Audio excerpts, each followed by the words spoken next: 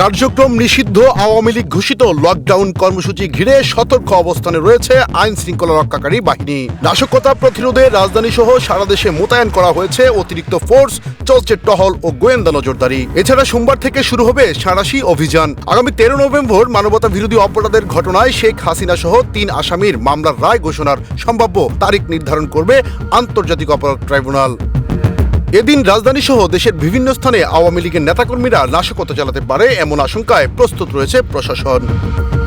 DMP সূত্রে জানা গেছে, নিষিদ্ধ দলটির নেতাকর্মীদের গ্রেপ্তার ও নজরদারি বাড়াতে শনিবার এক বৈঠকে 50 থানার ওসিকে নির্দেশ দেওয়া হয়েছে।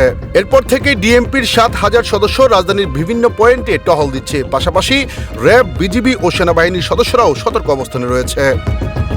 র্যাব ও ডিএমপি জানিয়েছে, 10 নভেম্বর থেকে ঢাকায় প্রবেশপথ, হোটেল, মেস ও শিক্ষা প্রতিষ্ঠানগুলোয় বিশেষ তল্লাশি চালানো হবে। পাশাপাশি সাইবার মনিটরিং ও গোয়েন্দা কার্যক্রমও জোরদার করা হয়েছে। ডিএমপির ওসি মোবারক হোসেন বলেন, আমরা টহল ও নজরদারি বাড়িয়েছি। কোনো সংঘাতময় পরিস্থিতি হলে তাৎক্ষণিক ব্যবস্থা নেওয়া হবে। ঢাকা মহানগর গোয়েন্দা পুলিশের প্রধান শফিকুল ইসলাম বলেন, সামাজিক যোগাযোগ মাধ্যমে কিছু হুমকি দেওয়া হচ্ছে, আমরা তা আমলে নিয়ে মাঠে রয়েছি।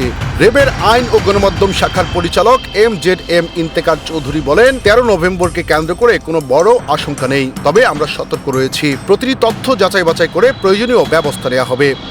এদিকে পুলিশ সদর দপ্তর জানিয়েছে, দেশের অভ্যন্তরীণ নিরাপত্তা নিশ্চিত ও নাশকতা ঠেকাতে সব বাহিনী প্রস্তুত রয়েছে। পুলিশের মহাপরিদর্শক আইজিপি বাহারুল আলম বলেন, জনগণের নিরাপত্তা রক্ষায় আইন শৃঙ্খলা বাহিনী মাঠে আছে। কেউ বিশৃঙ্খলার চেষ্টা করলে কঠোর ব্যবস্থা নেওয়া হবে। SM শামীম, সুখবর।